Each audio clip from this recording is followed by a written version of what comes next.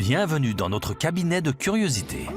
Je cherche des épées. C'est pour une bataille? Non, je suis avaleuse de sabre professionnel. C'est vrai? Vous voulez voir? Avec plaisir. Ce serait de la bouse de dinosaures fossilisés. Ça ressemble bien à de la bouse. Vous auriez une table d'opération? Attendez, vous allez en faire quoi? Ça ressemble à un os de visage de bébé préhistorique. Ça a vaguement la forme d'un visage et c'est bien de l'os, mais ce n'est pas du tout ce qu'il croit. Obscura n'est pas le magasin d'antiquités où irait votre grand-mère, à moins qu'elle soit très excentrique. C'est une camisole de force?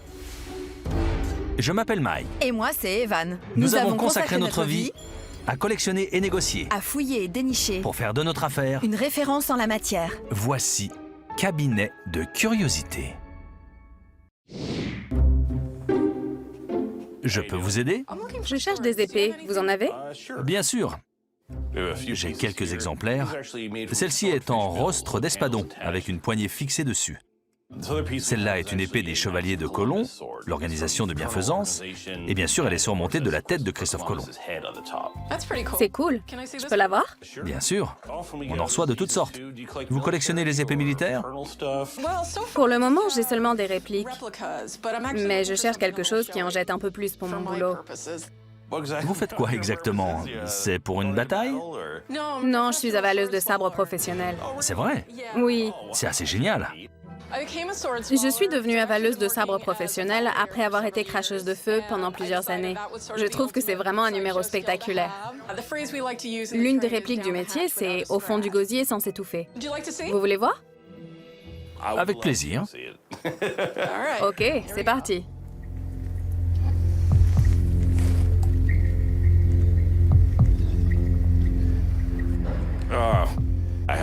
J'ai un réflexe nauséeux très prononcé, alors quand elle s'est enfoncée l'épée dans la gorge, j'ai senti la mienne se serrer et mon 4 heures remonter. C'est très impressionnant.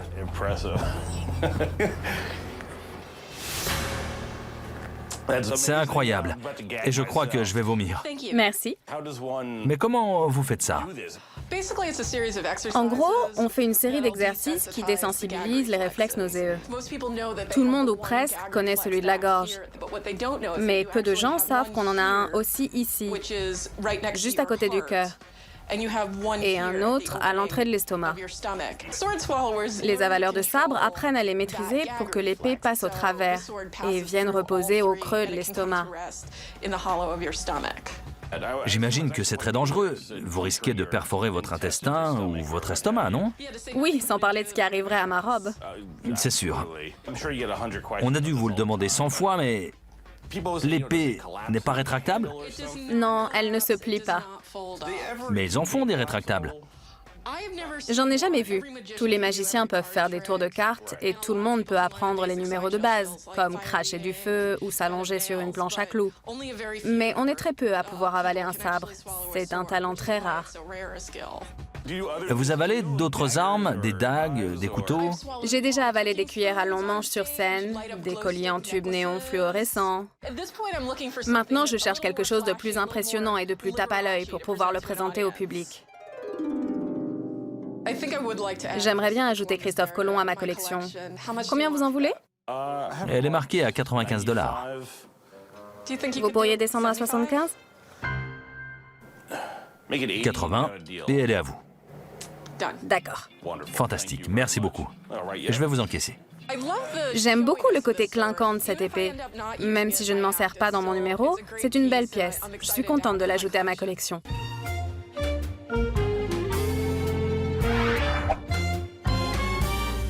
Bonjour. Contente de vous revoir. Quoi de neuf? Pas grand-chose et vous?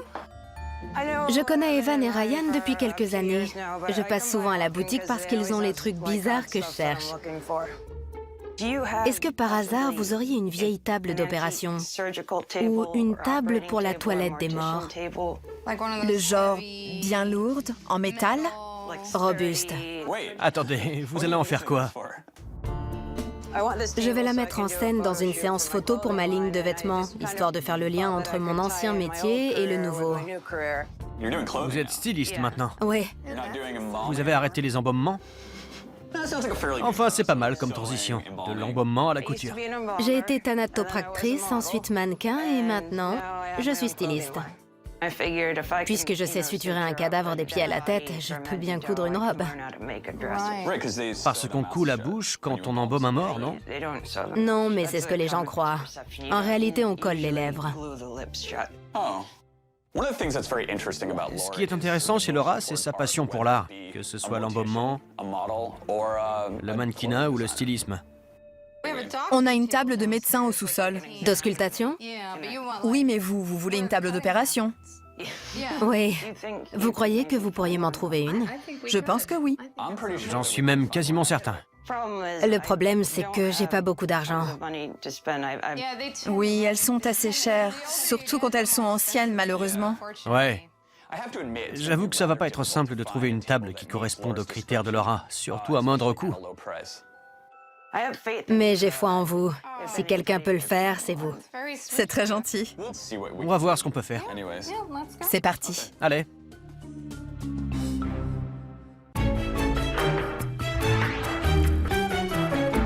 Bonjour. J'ai un objet un peu étrange. Je me demandais si vous pourriez m'aider. Bien sûr. Voilà. Ça ressemble vraiment à un os de visage de bébé préhistorique. Un os de visage? Ça s'appelle un crâne. Je vous confirme que c'est un os. Regardez là, on voit les pores. Même si les os sont solides, ils ont des petites cavités à l'intérieur qui leur permettent d'être encore plus résistants. C'est une chouette pièce. Vous l'avez trouvée où? Ma grand-mère l'a trouvé sur une plage, dans le Massachusetts. Ce type est complètement à côté de la plaque. Ça a vaguement la forme d'un visage et c'est bien de l'os, mais ce n'est pas du tout ce qu'il croit. Ce que vous avez là, en fait, c'est un os d'oreille de baleine. Une oreille de baleine? Je savais même pas que les baleines avaient des oreilles. C'est un os du tympan qui se trouve dans l'oreille interne de la baleine. Il baigne dans un liquide et il capte les vibrations qui voyagent plus vite dans l'eau que dans l'air. En gros, c'est ce qui leur permet d'entendre. La chasse à la baleine étant interdite aux États-Unis, on n'en voit plus beaucoup. C'est une super trouvaille. Vous avez vu la taille de l'engin? L'animal devait être énorme. Chez l'humain, cet os est gros comme un petit pois. Et vous voulez le vendre? Carrément. Combien vous en voulez? À l'origine, j'en voulais 50 $. Ça me paraissait raisonnable pour un crâne de bébé. Sauf que maintenant, c'est plus un crâne de bébé. C'est un os d'oreille de baleine. 160? J'ai déjà vendu ce genre d'objet et je sais que ça rapporte pas mal, à condition de l'avoir d'abord à bon prix. Mais on dirait que... Vous vous en êtes servi, non? Vous fumez? Oui. Ça fait 3 ou 4 ans que ça me sert de cendrier. J'espère que ça diminue pas trop sa valeur. Il croyait que c'était un crâne de bébé et il s'en servait de cendrier. 100 $, c'est le maximum que je puisse vous offrir. Ok, je veux bien vous le vendre. Affaire conclue. 100 $, ça aurait pu être pire. Le premier truc que je vais acheter avec cet argent, un nouveau cendrier?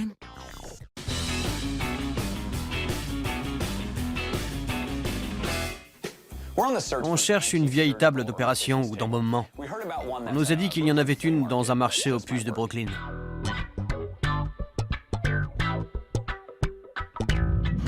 Génial, un costume de Voltron. Oh, j'ai jamais aimé. Trop moderne pour toi peut-être. J'ai jamais été fan de robots. Elle a un style sympa. Ça fait un peu cercueil. Bonjour, ça va? Bien et vous? On admirait votre table. Pas mal, hein? Je m'appelle Kendall, je vends des antiquités, principalement des vieilles photos, mais parfois des meubles, quand j'en trouve des chouettes. Je l'ai trouvé dans une entreprise de pompes funèbres. Il y avait des cercueils dessus. J'imagine qu'ils s'en servaient pour transporter les corps ou les cercueils. Les pompes funèbres étaient en faillite? Oui. Pourtant, elles existaient depuis très longtemps, au moins un siècle. Mais je pense que cette table doit avoir 60, 75 ans. On dirait le couvercle d'un cercueil. Oui. D'ailleurs, cette partie-là se soulève. Ça fait funéraire. Mais pas très chirurgical. Elle veut quelque chose en rapport avec l'embaumement. Oui. Elle veut le charme de la mort. Ça n'ira pas. C'est pas assez romantique. Merci pour les explications. De rien, je vous en prie. Oui, merci beaucoup. La chasse au trésor continue. On peut peut-être trouver une table plus en rapport avec le funéraire, comme Laura l'a demandé. On a ratissé la ville à la recherche d'une table d'opération ou d'embaumement pour une cliente, et on est enfin sur une piste. Bonjour. Bonjour Jared. Bonjour Jared, ça va? Je m'appelle Jared, j'habite Brooklyn. Je suis artiste et contorsionniste. C'est un clou un peu spécial? Oui, il mesure 127 mm. Vous plantez un clou dans le nez? Ouais, c'est mon numéro. Je me l'enfonce dans la narine. Ça s'est fait petit à petit, sur une longue période. Je me suis entraîné d'abord avec un petit clou, puis un plus gros, et puis ainsi de suite, jusqu'au jour où j'utilisais un gros tournevis. Un jour, je me le suis enfoncé dans le nez, et je suis gratiné la muqueuse au fond de la gorge. Ça a dû faire mal. Non, pas tant que ça, mais j'ai toussé pendant des semaines. Un novice éternuerait, s'étoufferait, pleurait et même saignerait. Ça doit prendre du temps pour maîtriser ce numéro. Ça prend beaucoup de temps et les risques d'infection sont grands. C'est une pratique très dangereuse. C'est vraiment le clou que vous vous plantez dans le nez? C'est l'un des clous que j'utilise, oui. J'aimerais bien voir ça. D'accord.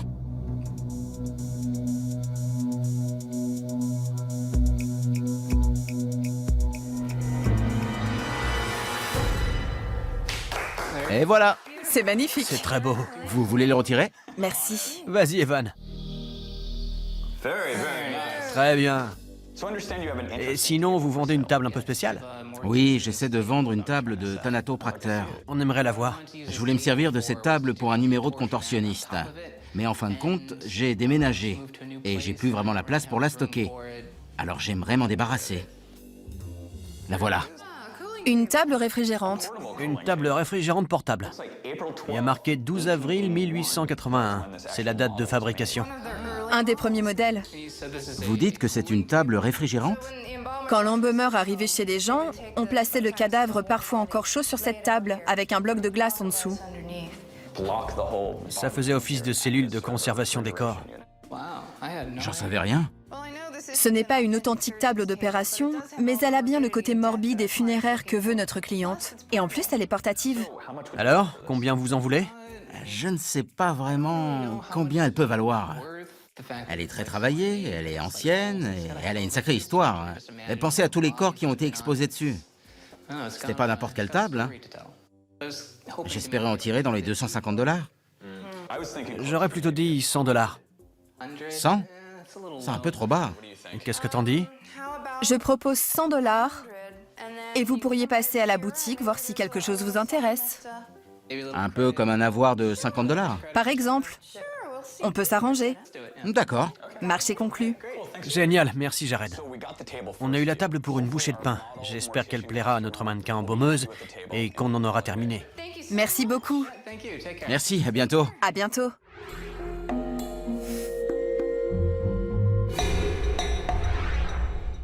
Regarde, tu vas adorer. Comme tu le sais, je suis allé à un marché aux puces en Pennsylvanie et un type m'a dit que c'était de la bouse de dinosaures fossilisée. De la bouse de dinosaure. Oui, Ça ressemble bien à de la bouse. Combien ça t'a coûté? 100 $, c'est tout. Pour le tout? Oui, pour l'ensemble. Il y en a des grosses et des petites. Regarde celle-là. C'est celle qui m'a fait craquer. Si c'est vraiment de la bouse de dinosaure, c'est plutôt cool. Je cherche cette merde depuis un moment. Mais franchement, j'ai des doutes. Il t'a dit comment elle s'était fossilisée? Non. La bouse est déposée et rapidement recouverte par de l'eau ou toute autre matière. Elle ne se décompose pas. Les bactéries ne peuvent pas agir parce qu'il n'y a plus d'oxygène. Elle reste comme ça pendant des millions d'années avant de finalement se décomposer et laisser un espace vide. Ensuite, des minéraux s'infiltrent et remplissent ce vide, et ça donne ça. On appelle ça un coprolithe. Mais je crois pas que ce soit de la bouse de dinosaure. À mon avis, on a plutôt affaire à des excréments de mammifères. Comment tu peux savoir ça? La plupart des mammifères font ce genre d'excréments, contrairement aux lézards et aux oiseaux dont les fientes sont liquides. Heureusement que les mammifères volent pas. J'aimerais pas devoir enlever ça de mon pare-brise. Mais bon, c'est quand même sympa. Je suis sûr à 100% que c'est de la bouse fossilisée de dinosaures. D'ailleurs, je te propose un marché. Si c'est pas de la bouse de dinosaures, alors je te promets de ranger entièrement la cave. Notre cave. Oui, Notre cave sale, poussiéreuse Oui. et pleine d'insectes. oui. Mais si c'est de la bouse de dinosaures, tu dois promettre de ne plus jamais m'envoyer à la cave. Marché conclu. Super. C'est dans la poche. Soit j'ai un chouette truc à vendre, soit ma cave est propre. Dans les deux cas, je suis gagnant. Je vais téléphoner à un ami, il s'y connaît en fossiles. Je vais lui demander de venir les voir et on verra qui de nous deux a raison. Ok. On a fini par trouver une table ancienne pour Laura. Ce n'est pas vraiment une table d'opération, mais elle devrait quand même lui plaire. Ça va? Salut Laura. Salut Laura. Contente de vous voir. Ça va?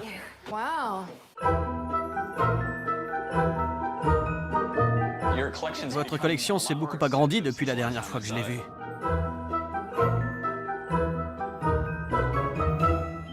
C'est quoi cette teinture? Je fabrique des cosmétiques. Vous mettez à profit votre expérience de thanatopractrice? Avant de faire ce métier, j'avais jamais utilisé de crème hydratante. Mais après avoir vu des dizaines de corps desséchés, je m'y suis mise. Qu'est-ce que vous avez d'autre? J'ai de la cire réparatrice. C'est pour combler les trous? Si quelqu'un a une plaie, on comble la peau manquante avec ça. Certains font de grosses reconstructions pour les plaies par balle, par exemple. Au visage? Ouais. Laura, c'est vous qui l'avez dessiné? Oui, c'est un de mes prototypes. Ça fait très tournant du siècle. Beaucoup de mes créations s'inspirent de la fin du 19e, début du 20e. Vous voulez voir la table? J'ai très envie de la voir. Ok. Laura, vous êtes prête? Ouais. Elle a l'air trop bien. Et voilà. C'est l'ancêtre de la table réfrigérante. Et après l'embaumement, le corps était placé dessus pour la veillée funèbre. Voilà pourquoi cette partie se relève pour rehausser le corps. Elle est très confortable. Je m'y suis allongée et j'y étais très bien. Elle est très délicate. J'aime beaucoup. Elle me rappelle mon vieux coffret d'embaumement. À quoi servent ces outils? Celui-là, par exemple. C'est un tube artériel. Et ça? C'est un crochet à anévrisme.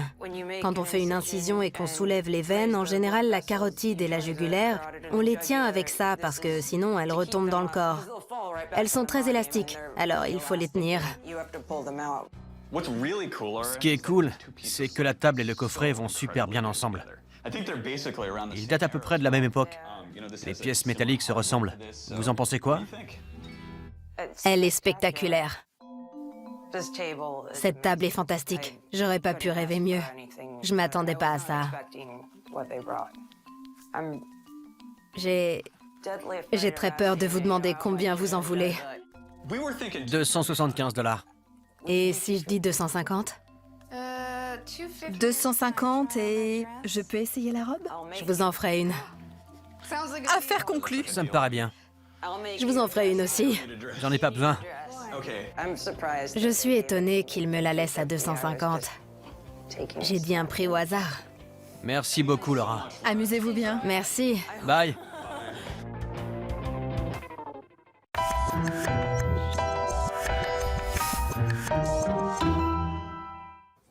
Salut Mike. Ça va, Brett? Bien et toi? Cool. Tout à l'heure, mon stagiaire m'a apporté des soi-disant bouses de dinosaures. Mais j'y crois pas trop. Alors on a fait un pari et mon ami expert en fossiles va nous départager. Qu'est-ce que vous voulez que je regarde? C'est ici.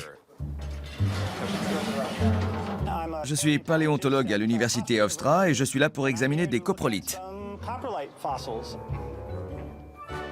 C'est toujours difficile d'être sûr sans couper le coprolite pour en examiner l'intérieur et voir s'il contient des matières organiques.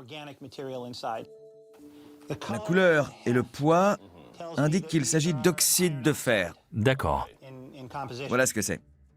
Les matières organiques sont rarement remplacées par du fer.